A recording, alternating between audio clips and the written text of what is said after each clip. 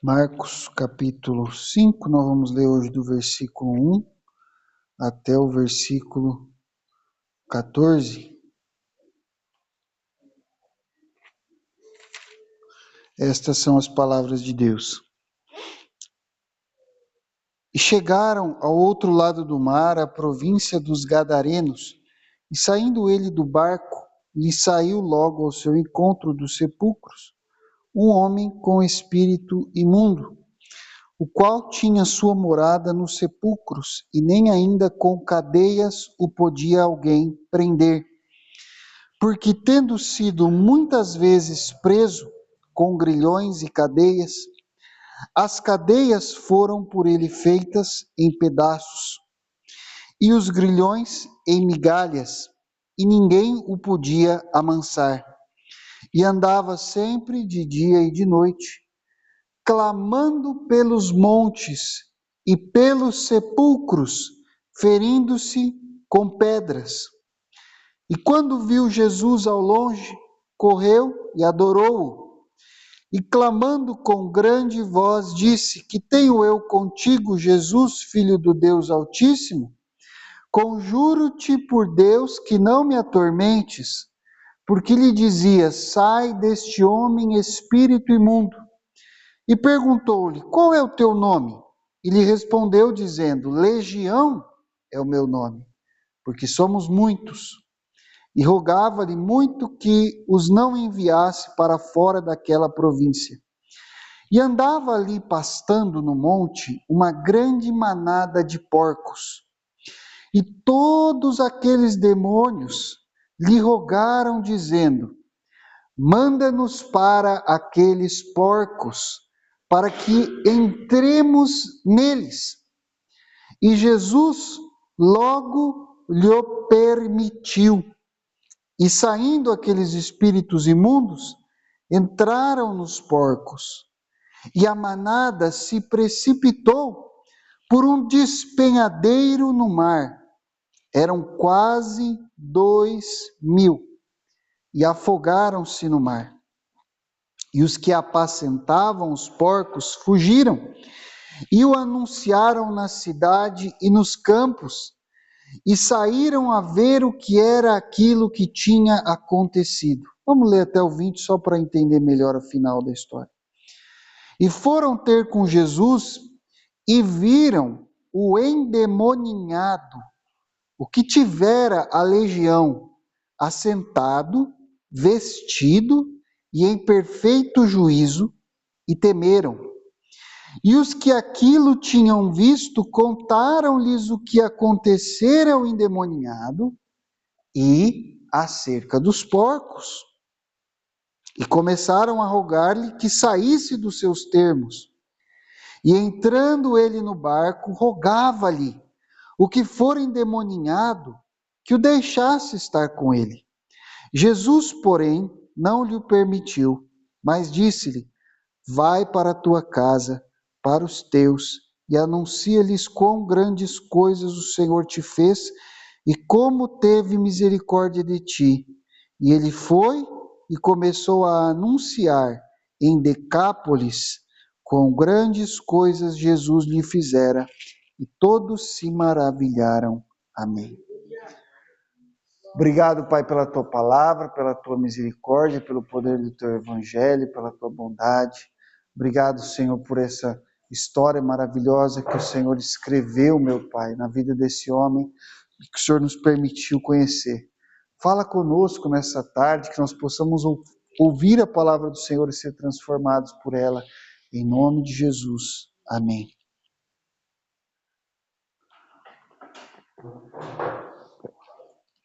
Irmãos, eu não vou gastar uma mensagem só para falar desse assunto. No mínimo 2, talvez 3. Hoje nós vamos ver quanto que a gente consegue falar do que tem aqui escrito na palavra de Deus. Mas essa é uma história muito interessante, não é não? Pensa bem comigo, né? Essa é uma história bonita e bastante interessante.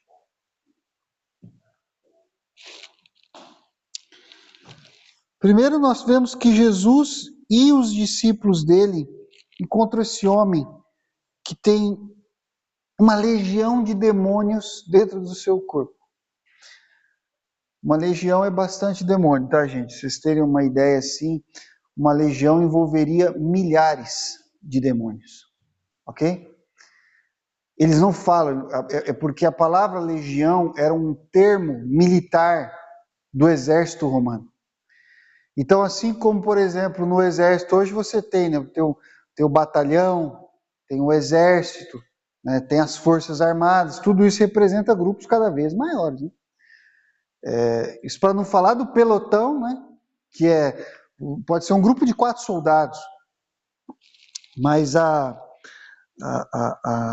legião era, no exército romano, um grupo muito grande de soldados.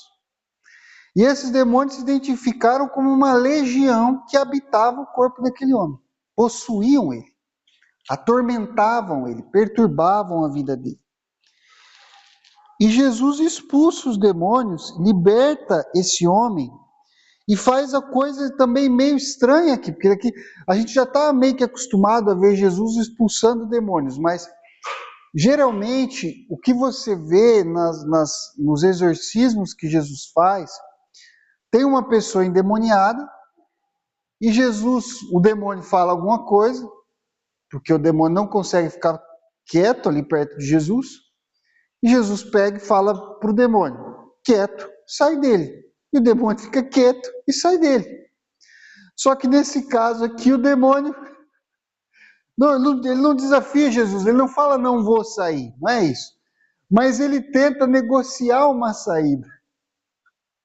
O que é um fato estranho, Mas para piorar a situação, para ficar mais estranho, mais diferente do normal, esses demônios pedem para Jesus permissão para possuir uma manada de porcos. E agora, de repente, eu não tenho mais só um homem endemoniado. Eu tenho um grupo de animais que vão ficar possuídos por demônios. E vão ficar possuídos com a permissão de Jesus. Então, é uma história bastante diferente. E aí tem esse detalhe, porque esses porcos, depois que são possuídos pelos demônios, eles se precipitam e se jogam no mar. Eles se jogam no mar para morrer afogados, eles se suicidam. Se é que você pode dizer que um porco se suicida. E tudo isso acontece logo depois, e a gente tem que ler sempre dentro de um contexto. Isso aqui aconteceu logo depois que Jesus acalmou uma tempestade. Certo? Então, Jesus entrou com os discípulos no barco e falou, vamos atravessar. Mas não fala para onde que ele está indo. Talvez os discípulos achassem que estavam indo para outro lugar. Mas de repente começa uma tempestade no mar. E Jesus deixa o barco meio que à deriva na tempestade, ou pelo menos naquilo que os discípulos pensavam que era a deriva. E quando a tempestade acalma, onde é que eles estão? Na beira de onde? De Gadara, de Genezaré, uma cidade gentílica na região de Israel. Ou seja, era um lugar onde não tinha judeus. Porque judeu, até hoje, isso é uma prática deles, e era desde a época, nessa época também era uma prática, não comem carne de porco. Correto? Todo mundo sabia disso, né? Judeu não come porco. Tem um monte de outras coisas que eles não comem. Mas porco todo mundo sabe. Talvez você não saiba de outras restrições que eles têm alimentares, mas porco todo mundo sabe, porco eles não comem. Não comem porco, não entra em chiqueiro, não toca em porco, não quer contato com porco. Não pode cozinhar a comida que eles vão comer na panela onde foi cozinhado o porco. Porque o porco é imundo. Então não tem em Israel, entre os judeus, um criador de porcos. Um criador de porcos, uma manada de porcos só vai existir entre povos pagãos, povos gentios, adoradores de falsos deuses, macumbeiros. Certo? É isso, eram pagãos. Bom, Jesus desce com eles ali logo depois da tempestade. E o sinal de que essas pessoas, você sabe com certeza que essas pessoas não temem a Deus por causa da manada de porcos. Bom, vamos pegar algumas lições aqui que nós vamos estudar hoje.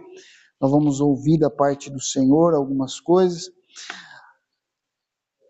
Primeiro nós vamos ver quais são as características de uma influência demoníaca. Certo? O que é que tinha de característico na vida daquele homem que mostrava a operação demoníaca na vida dele? Segundo, nós vamos ver como é a ação dos demônios. Preste muita atenção nisso. E terceiro, nós vamos entender por que os demônios obedecem a Jesus. Bom, a primeira coisa, então vamos lá. Quais são as características de uma influência demoníaca, até mesmo de uma possessão? Porque aqui nós estamos falando de um homem que era possesso. Ele não estava simplesmente numa opressão. Mas parece que essas características acontecem até mesmo numa opressão ou numa obsessão que a gente já viu em outra mensagem meses atrás. Quais são as características? Bom, observa bem a vida desse homem que nós acabamos de ler, como é que ele estava vivendo quando Jesus encontrou com ele, desceu do barco, encontrou com ele. Qual o resumo que a Bíblia dá do que ele estava vivendo? Ele vivia nu entre os sepulcros, no cemitério, gritando de dia e de noite. Ele, quando alguém tentava prendê-lo, ele tinha uma força sobre-humana. Colocavam algemas nele, colocavam correntes, ele esmiuçava essas correntes. Grilhões, a Bíblia fala de grilhões. Você sabe o que é um grilhão, Júnior? Já viu no desenho, no filme, aquela bola de ferro bem pesada que eles colocam uma corrente, prende na mão ou nos pés do prisioneiro? Aquela bola de ferro é o grilhão. Aquilo é o grilhão. A Bíblia fala que o homem despedaçava o grilhão, Janilson. Eu malemar consigo levantar o bendito do grilhão. Ele despedaçava. Eu não estou dizendo que ele fazia assim, que o grilhão virava pó, mas ele batia esse grilhão em alguma coisa, ele fazia alguma coisa que esse grilhão, o cara que você olhava, cadê o grilhão? Virou pó. Cadê o homem? Fugiu. O grilhão estava lá, tudo quebrado, as correntes tudo quebrado, e o cara não estava mais lá. Poder sobre-humano. Ninguém conseguia amansar ele. Sabe o que isso significa?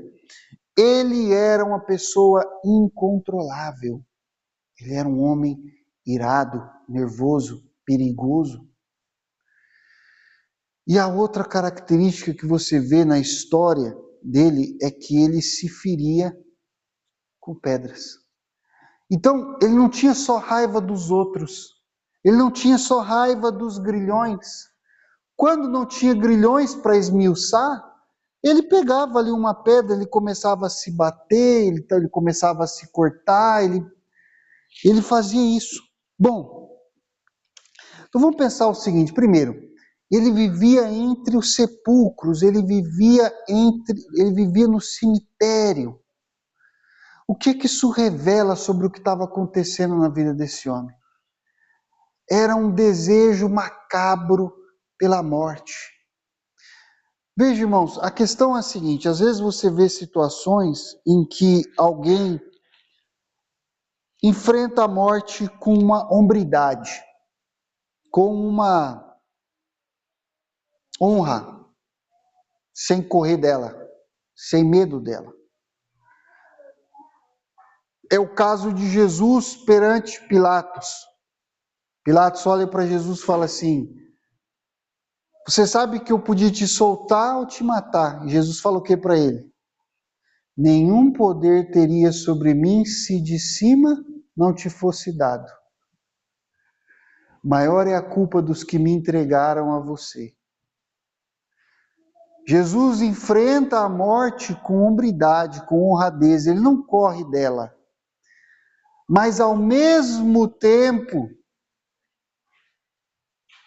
Jesus não tem um desejo mórbido. Ele não ama a morte. Mas a Bíblia diz que o pecado, que a impiedade, que a maldade inclui um desejo pela morte. Um desejo de morrer. Então esse homem, sob influência demoníaca, ele tinha tanto desejo pela morte que ele já se adiantava, ele vivia entre os sepulcros. Não porque ele foi visitar alguém que ele amava que estava lá. Não porque ele foi lembrar alguém que ele admirava que estava enterrado ali. Não. Ele estava ali porque ele queria se enterrar, ele queria morrer de algum jeito. Então ele não era só um perigo para os demais, ele era um perigo para si mesmo. Ele tinha esse desejo mórbido pela morte. E quando você encontra uma pessoa sob influência demoníaca, uma coisa que você vê geralmente é isso. É um desejo pela escuridão, pela morte, é uma admiração pela morte, é uma admiração, não uma admiração no sentido positivo, entende? Mas é uma coisa como se a morte fosse desejável, como se a morte para ela fosse algo bom, algo que ela quisesse. Mas isso é uma distorção, gente. Nós como cristãos, como servos de Deus, não temos que ter medo da morte. Claramente a Bíblia nos ensina isso. Jesus venceu a morte, ele derrotou a morte, ela perdeu toda a força perante ele. Agora a morte é escrava de Jesus. Quando nós morremos, a morte está trabalhando para ele. Você entende? Então, para nós, a morte é uma serva do Senhor que nos ajuda a chegar mais perto dele. Por quê? Porque Paulo diz o quê? Melhor é partir e estar com Cristo. Mas prefiro por amor de vós, pelo bem de vós, estar convosco. Paulo está falando o quê? Olha, é bom se eu morrer, porque a morte agora, que foi derrotada por Jesus, Jesus colocou a coleira nela, Jesus colocou a focinheira nela, Jesus cortou a unha dela, ela não tem mais garra, ela não tem mais dente. Então ela serve a Jesus, ela faz o que Jesus manda. Então nós não temos medo dela, porque ela é uma serva do Senhor para nos levar para perto dele. Nós vamos para perto de Jesus através da morte, nós vamos morrer, vamos estar com ele. Exceto, é claro, se Jesus voltar. Quando Jesus voltar, quem estiver vivo não vai morrer. Os crentes que estiverem vivos na volta de Jesus, a Bíblia é clara sobre isso. Eles vão subir e vão encontrar com o Senhor nos ares, vão estar para sempre com ele. Seus corpos vão ser transformados, eles vão para Cristo sem precisar passar pela morte. Mas veja, isso não é um grande privilégio, nem um grande não privilégio, porque a questão é estar com Cristo. Os mortos vão ressuscitar quando Cristo voltar, o corpo deles vai ser restaurado, e eles vão subir junto com os vivos para encontrar com o Senhor nos ares. Para nós, a morte, então, ela é uma serva de Jesus, nós não temos medo dela. Ao mesmo tempo, nós não somos amiguinhos dela. Ela é o último inimigo a ser derrotado, de acordo com a palavra do Senhor. E Jesus vai terminar de derrotar ela quando houver a ressurreição final. Então, esse desejo mórbido é um sinal de influência maligna. Isso não é bom, isso não é certo, isso não é correto, isso é maligno, isso é sinal de influência satânica. Então, às vezes, nós estamos lidando com uma pessoa que está sob influência maligna e a gente acha que é um problema meramente psicológico, que é um problema meramente... Não, veja só, esse desejo pela morte é uma influência diabólica. Talvez não seja uma possessão, não estou dizendo que sempre é uma possessão, mas claramente é de origem diabólica, origem maligna. E a prática de pecados autodestrutivos está super influenciada com isso daí. Veja, ele tinha uma força sobre-humana que quebrava grilhões. Às vezes a gente acha que uma pessoa sob influência diabólica, ela não vai ter nenhuma força física. Mas o que ela não vai ter é uma força espiritual, força física ela tem. Então existem alguns sinais, esse tipo de coisa é muito interessante, que geralmente acompanha a possessão, não necessariamente a opressão. Mas no caso da possessão, muitas vezes você encontra pessoas com força praticamente sobrenatural. Praticamente sobrenatural. Não é o treinamento, não é o resultado de um treinamento. É capaz que esse homem fosse, se olhasse para ele fisicamente, ele fosse, sei lá, seco, magro. Talvez ele não fosse um homem bombado, musculoso. É o que você espera que ele seja extremamente forte. Porque a força que ele tinha era de origem diabólica. Mas às vezes você encontra outras situações. Levitação, a pessoa sobe no ar. Às vezes você vê outras coisas sobrenaturais acontecendo no caso de possessão diabólica. A pessoa sabe segredos que ninguém sabe. A pessoa ouve conversas que ninguém ouviu. A pessoa, ela fala línguas que ela nunca aprendeu.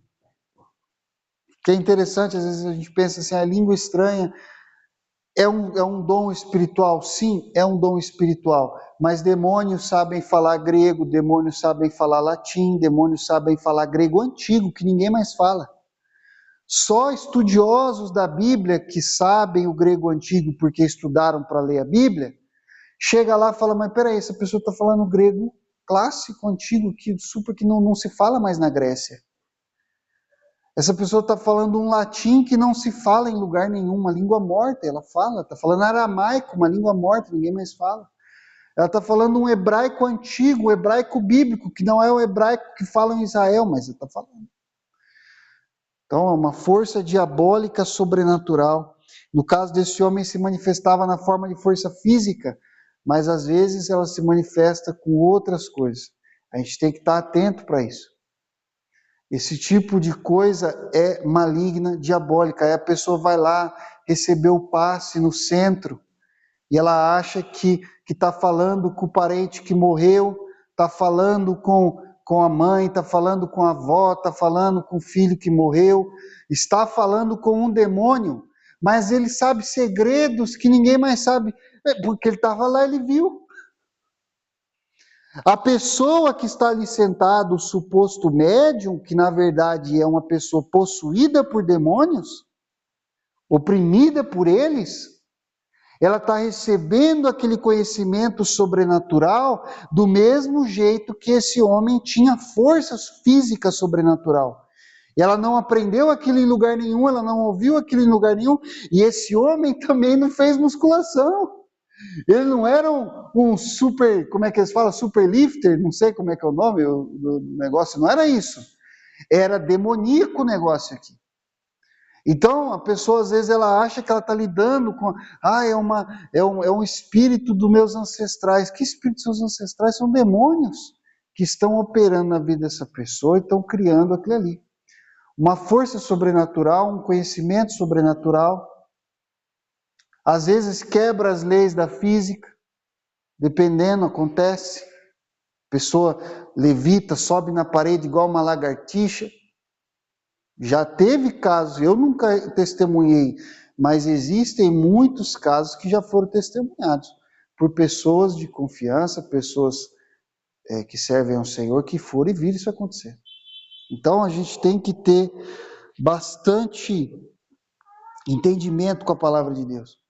Teve uma situação que um pastor me contou certa vez, esse pastor era meu avô, então eu acredito que é verdade, né? Que a vizinha, o marido dela, disse que estava endemoniado, quebrando a casa inteira, aí chamaram o pastor para ir lá. Aí meu avô foi lá orar pelo homem, o homem pegou, né, agarrou ele ali, os dois foram para o chão, e ele, sai em nome de Jesus, sai em nome de Jesus, e o homem rolando com ele. Aí no meio da gritaria, os outros vizinhos chamaram a polícia chegou lá, falou assim, não pastor, pode deixar que esse demônio a gente expulsa. Deram um chute no homem lá, o homem sarou rapidinho. Agora, tem casos assim, né? Em que a polícia vai lá, consegue, tem casos que a polícia vai lá e sai toda estrupiada. Porque tem uma história na Bíblia em que esses judeus vão expulsar o demônio de um homem e eles fazem ali os rituais deles, né? Leva fígado de peixe, põe no fogo para fazer a fumacinha, incenso, água benta, cruz de prata, sei lá mal o quê, para expulsar o demônio do homem. E aí não estava funcionando, pegaram e decidiram usar uma estratégia que eles viram alguém falando, ó, sai em nome do Jesus a quem Paulo prega. O que o diabo fez? Conheço Paulo, conheço Jesus. Mas e vocês, quem são? Ali ele cansou do teatrinho, foi para cima de, se eu não me engano, 8 homens. 8 homens. E ele sozinho, só com as mãos, deu uma surra em todos eles, rasgou roupa, arrancou barba, fez o que quis. Força sobrenatural. Então isso é de origem maligna, diabólica.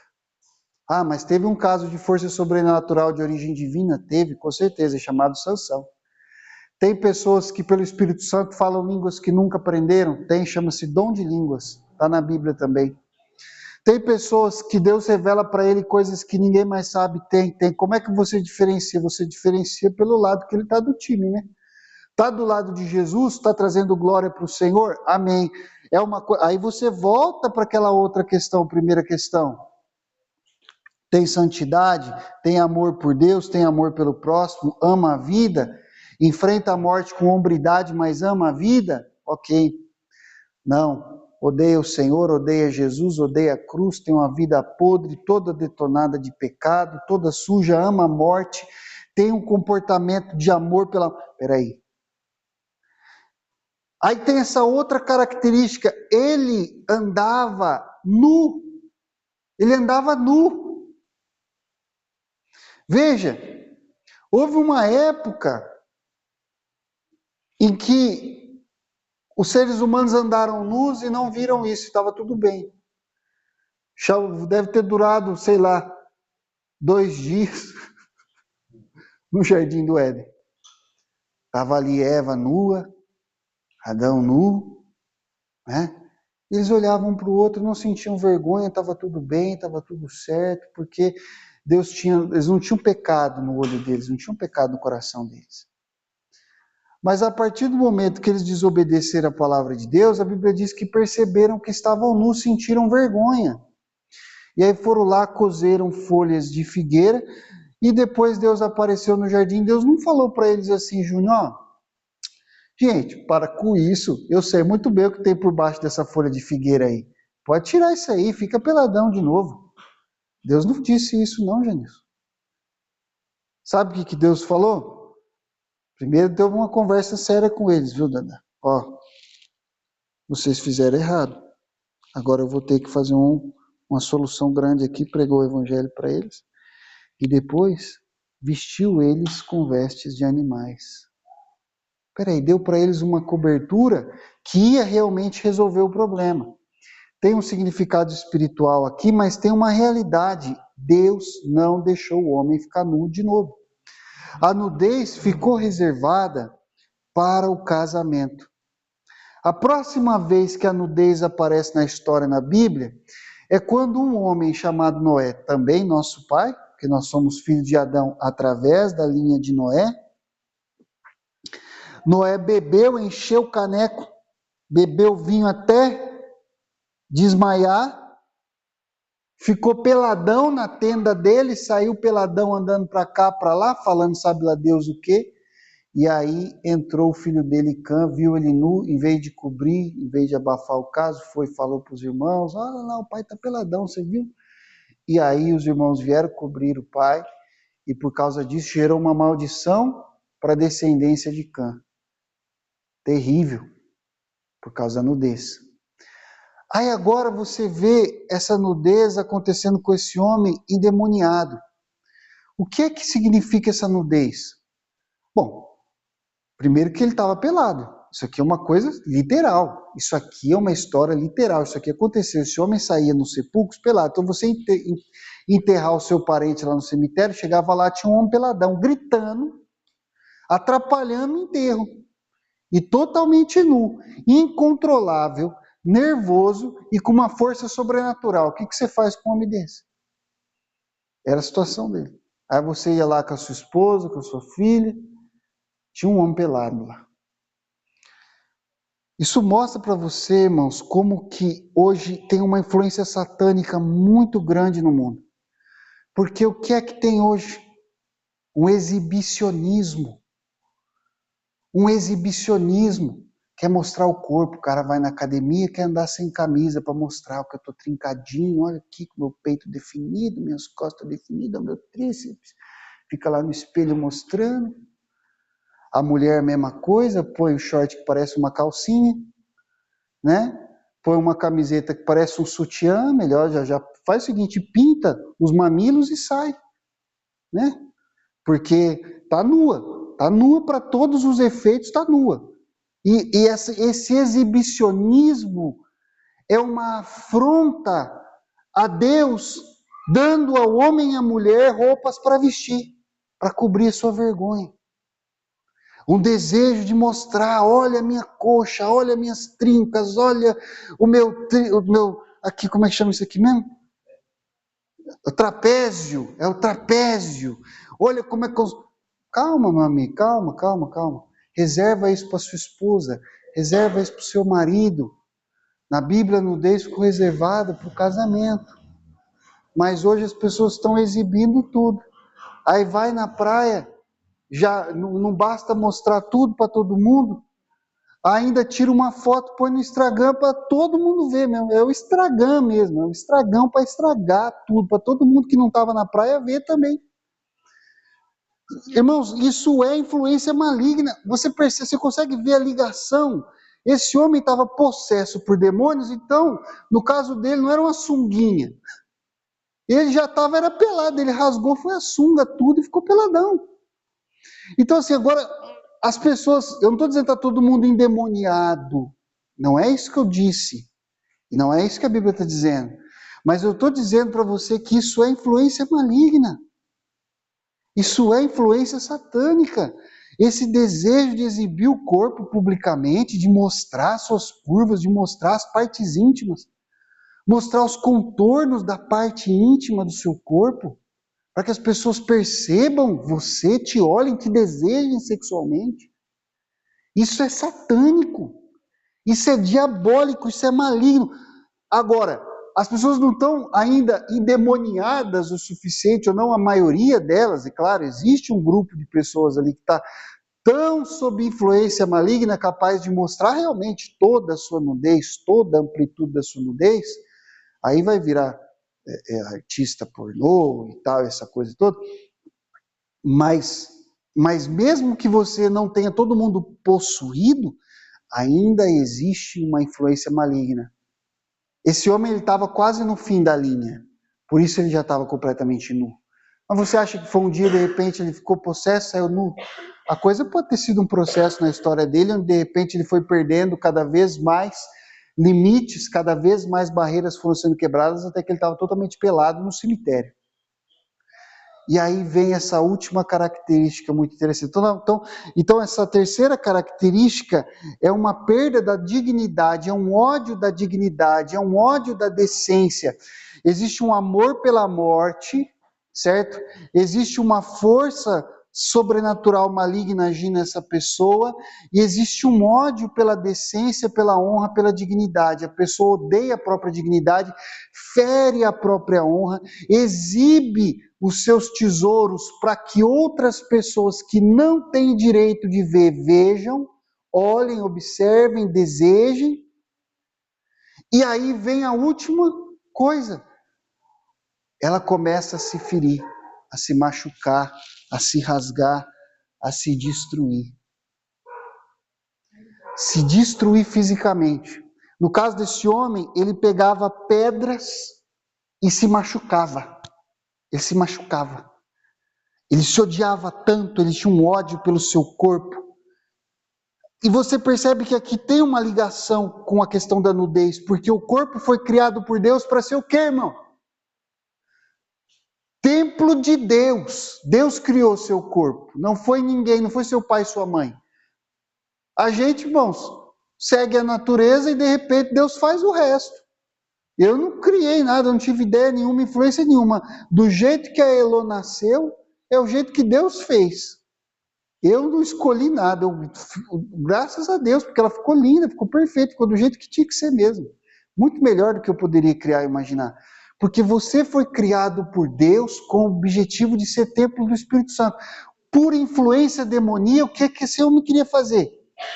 Destruir o templo, envergonhar o templo, desonrar o templo, e agora destruir o templo, machucar o templo, morrer para matar o templo, para enterrar o templo, para que não tenha lugar onde o Espírito Santo habitar. Influência demoníaca. Agora veja, então assim, às vezes você vê, talvez você veja pessoas passando por isso. Talvez você já passou por momentos assim na sua vida. E você olha e fala assim, meu Deus, da onde que vem isso? Veja, vem desses espíritos imundos que nos odeiam, que odeiam a humanidade, odeiam a imagem de Deus em você e querem destruir ela.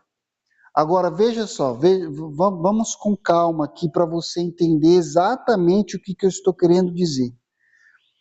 Porque houve um tempo em que os irmãos exageravam um pouco na dose na hora de falar dessas coisas e criaram pecados que não existem, enfim. Mas, se você se lembrar bem, existe uma tribo na África que eles são conhecidos por algo tipo assim, como se eles fossem os pele de crocodilo. Quem já viu isso na televisão? Eles lancetam o corpo deles. Eles vão fazendo cortes profundos na pele que eles não costuram. A ideia é que na hora da cicatrização cria uma queloide. E essa queloide, eles vão fazendo esses cortes ao longo do corpo para criar essas queloides que fiquem parecendo aquelas escamas do crocodilo. Então o corpo deles fica cheio de queloides para parecer a pele de um crocodilo. Teve uma época em que o pessoal que fazia piercing, tatuagem e tal, era um pessoal mais radical, underground, não era normal na sociedade, era um grupo muito pequeno de pessoas que faziam isso. A pessoa não fazia isso meramente como um desejo de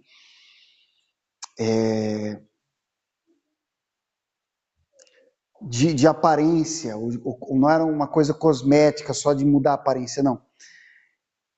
O cara engaixava dois ganchos na pele, pela frente ou pelas costas, e pendurava numa corda, e vinha alguém e empurrava ele, e ele dava risada, eles filmavam, aparecia, né, no jornal, os caras fazendo aquilo, colocava 5 ganchos nas costas do cara, e pendurava ele pelas costas, aquilo ali enchia de ar dentro da pele das costas dele, e eles ficavam ali por um tempo balançando, girando, e provavelmente também sob efeito de drogas, né? E todo mundo sabia que ali tinha alguma coisa de um desejo pela dor, um desejo pela morte, uma coisa de, olha, o piercing, a ideia era você fazer ele sem anestesia, para sentir a experiência de metal atravessando a sua carne, a sua cartilagem. A ideia era furar a sua orelha, sentindo a cartilagem ser rasgada, furar o seu nariz, sentindo, vendo o sangue correr. Hoje em dia a coisa ficou meio cosmética, né? Você vai lá, o cara coloca anestesiazinha e tal. A tatuagem é a mesma coisa, a ideia, porque a tatuagem, irmãos, não tem caneta de tatuagem. São agulhas furando a pele, rasgando a pele, marcando. Então, era dentro do meio underground, O tamanho da tatuagem, o local da tatuagem era valorizado conforme o nível de dor que aquela tatuagem causava. Onde ela foi feita, quanto mais dor ela causou possível. Você consegue perceber alguma semelhança?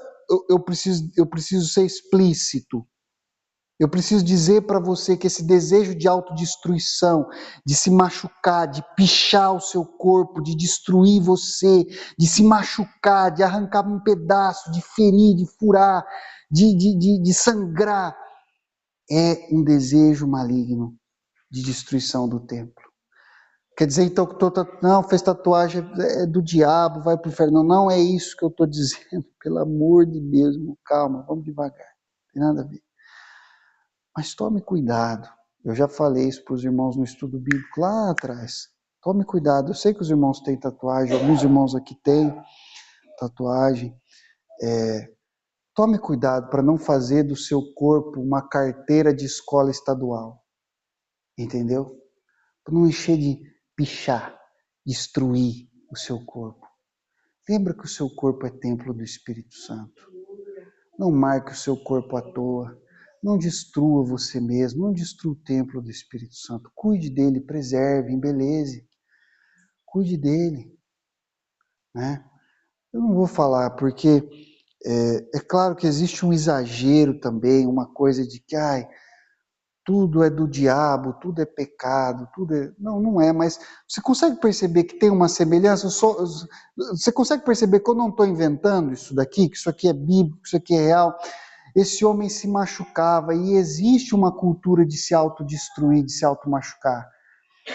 É um ódio do próprio corpo, da forma como a pessoa se parece. O cara vai lá, ele se odeia tanto que ele picha a cara dele, enche de tatuagem na testa, no rosto, na cabeça, ele raspa a cabeça, mexe tudo, mexe o corpo, se desenha inteiro, ele tem raiva da cor da sua pele, tem raiva da cor dos seus olhos, ele pinta os olhos, ele põe lente de cor nos olhos.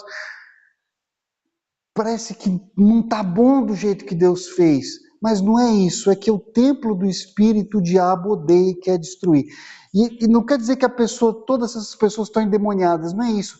Mas eu quero que você entenda que existe uma influência maligna que leva a esse desejo de autodestruição. E que fazia esse homem querer se ferir com pedras. É um comportamento autodestrutivo. Agora veja, beleza. Então, é isso, pastor. O problema é piercing, tatuagem. Não, o problema não é piercing e tatuagem. O problema é o sentimento autodestrutivo inspirado pelo diabo. Você entende a diferença? Consegue perceber? E esse sentimento autodestrutivo não acontece só com piercing e tatuagem. Tem pessoas que se autodestroem de várias maneiras. Relacionamentos autodestrutivos, hábitos autodestrutivos. A pessoa vai ali, Por que a pessoa bebe, cai, bate, perde os dentes, perde família, continua bebendo? Autodestruição. Odeia a si mesmo, odeia seu próprio corpo, está pedindo pela morte, quer morrer. É crack, é vício, é comer demais. Tem pessoas que estão comendo para se matar. Ele não consegue ver uma gordura trans que ele já quer comer porque ele quer morrer. É autodestrutivo. Não é só uma questão de que, por exemplo, eu engordei, tem uma fase na minha vida que de repente eu engordei 10 quilos. Eu comendo a mesma coisa que eu sempre comi, mudou o meu metabolismo. Então ficou mais lento, apareceu um B minúsculo aqui que não vai embora de jeito nenhum. Pode fazer o que quiser, não vai embora, porque não, talvez tenha um jeito de ir embora, né? Mas tem que ser bem radical. Agora, se eu pegar e acordar, não é mais uma questão de metabolismo. Se eu acordo como um pacote de bolacha, 3 ovos cozidos, arroz com feijão, uma bola de sorvete, para o primeiro café da manhã, depois daqui meia hora é o segundo café da manhã. Aí vem depois o almoço, aí vai mais e lota e mais, aí vem o café do começo da tarde, o café do meio da tarde, a janta, né? O café da noite, a ceia, e a invasão da geladeira de madrugada. Veja, irmão, aí a coisa começa, você percebe que o desejo é autodestrutivo, é de se autodestruir. Naquele programa Quilos Mortais, tem aquele doutor bravo, né? Aí tem uma pessoa, uma vez eu vi um episódio, a pessoa falou assim: doutor, eu tenho um problema hormonal, eu retenho muito líquido. Aí o doutor falou para ela: você não ficou com 250 quilos de tanto beber água? Ele dá aquelas cortadas bravas, né? Que a pessoa tem que perder um certo peso para depois ele fazer cirurgia. Ou seja, o problema não é só externo, você tem que resolver o interno primeiro para poder resolver o externo depois. Então, irmãos, existe uma influência maligna levando essas pessoas à destruição. O que nós vamos fazer? Nós vamos agora julgar, condenar, detestar, odiar, abandonar? Não, não é isso, irmão. Mas eu só quero que você entenda de onde está vindo esse problema, qual que é a fonte disso, quem está trabalhando em prol disso.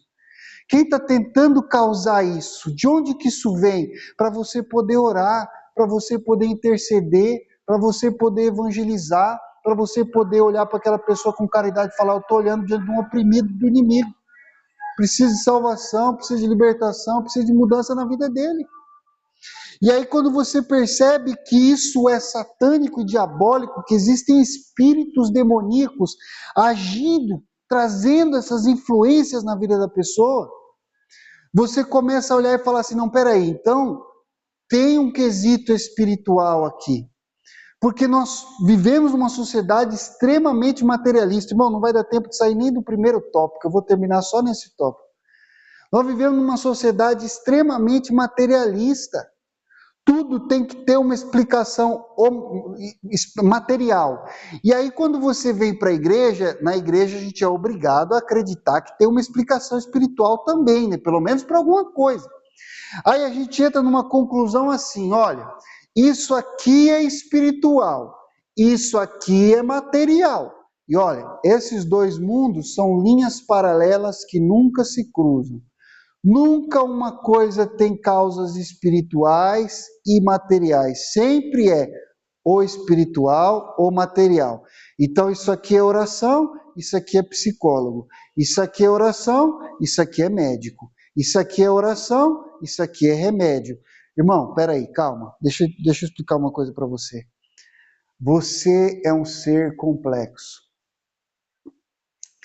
Se eu fizer um raio-x do seu corpo, uma tomografia, eu não vou encontrar um espaço vazio lá que é o lugar onde fica a sua alma. Você sabia disso? Não vai ter um espaço lá vaziozinho, sei lá, perto do peito ou dentro da cabeça, que você fala: aqui fica alocada a alma. Não tem. A sua alma e o seu corpo são distinguíveis, são. Quem consegue separar eles? Deus. Deus que criou consegue separar.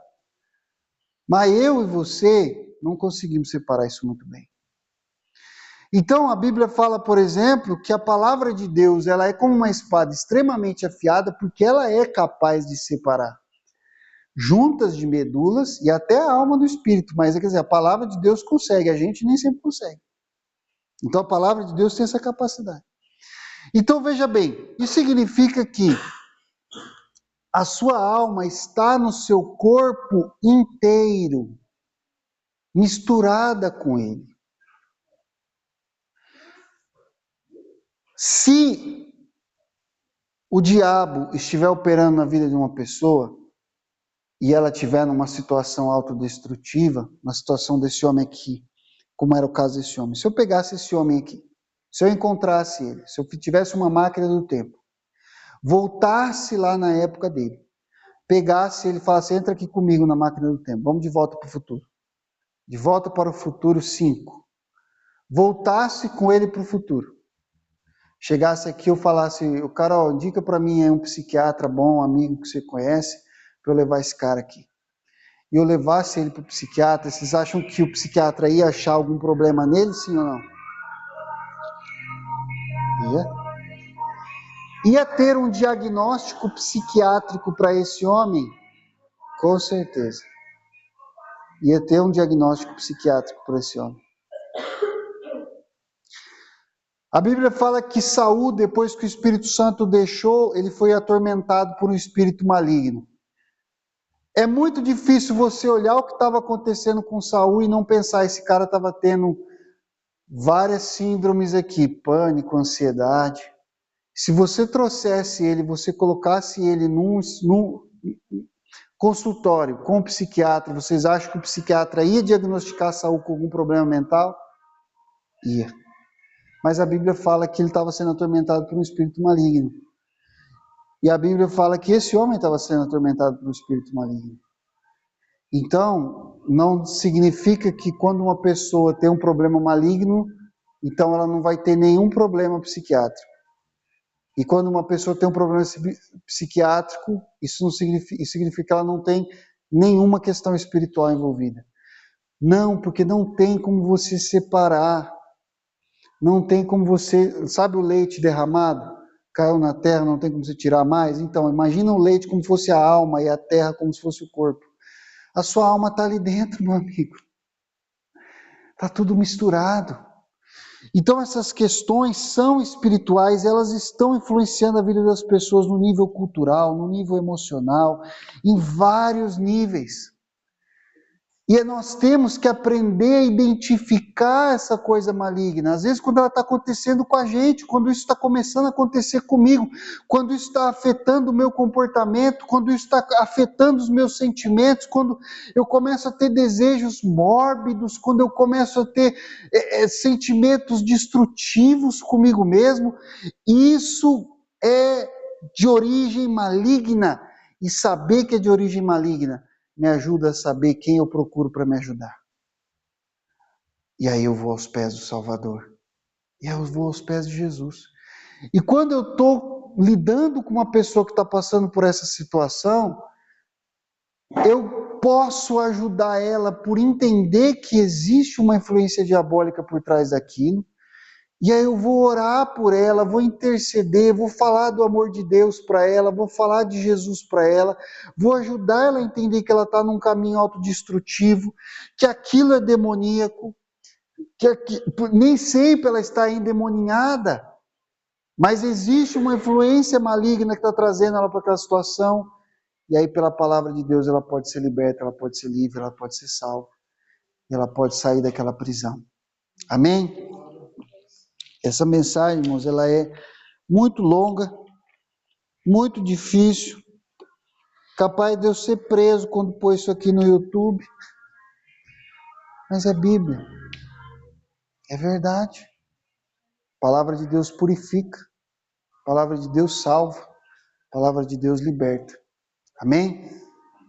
Então entenda essas coisas, não é para você ter medo do diabo, é para você ter confiança em Jesus Cristo. Porque lembra, eu não vou para o tópico 2 hoje não, vou ficar só aqui nisso aqui mesmo. Mas lembre-se como a história desse homem terminou. A história dele termina com ele saindo para evangelizar e salvar outras pessoas. Então existe esperança, existe salvação, existe libertação, existe transformação. Existe um Deus que quebra toda força maligna e diabólica. Existe um Jesus que quando ele chega, os demônios, pode ser legião, pode ser 3 legião, pode ser o que for, vai se dobrar perante ele e vai confessar, tu és o Filho do Deus Altíssimo, e vai obedecer o que ele mandar. Jesus é poderoso e ele é muito mais forte do que toda força maligna. Vários de nós já passamos, eu já passei por batalhas espirituais terríveis. O Júnior só que não sabe, o resto da igreja inteira sabe o que eu passei no ano retrasado. Luta maligna, terrível, enfrentando demônios, quase pegando eles no braço. Mas não era endemoniado, era o demônio mesmo. Jesus deu graça e vitória. Ele é fiel e ele faz. Amém? Então nós temos que confiar em Jesus. Vamos orar? Senhor, obrigado, Pai, pelo teu amor e pela tua graça e pela tua palavra. Obrigado, Senhor, pelo teu evangelho. Obrigado, Pai, pela tua bondade. Senhor, nós vimos o que esse homem passou, Pai, mas como o Senhor libertou e transformou a vida dele. E nós cremos que o Senhor está fazendo a mesma coisa na nossa vida e vai fazer. Pai, opera, Senhor, em nós, nos livra de toda seta satânica e diabólica, nos livra de todo laço maligno em nome de Jesus. Nos guarda, meu Pai, pelo poder do Teu Evangelho e pela graça do Senhor. Nos enche, meu Pai, do Teu Espírito Santo. Nos enche de amor, nos enche, meu Pai, de poder espiritual para enfrentar, meu Pai, as setas diabólicas que nós estamos aqui no mundo o tempo inteiro sendo bombardeados, mas a vitória é do Senhor, o Senhor está conosco e nós vamos vencer em nome de Jesus, Pai. Pela graça do Senhor, nos reveste do Teu poder e nos dá vitória, em nome de Jesus nós te clamamos e nós te agradecemos. Amém e amém, Jesus.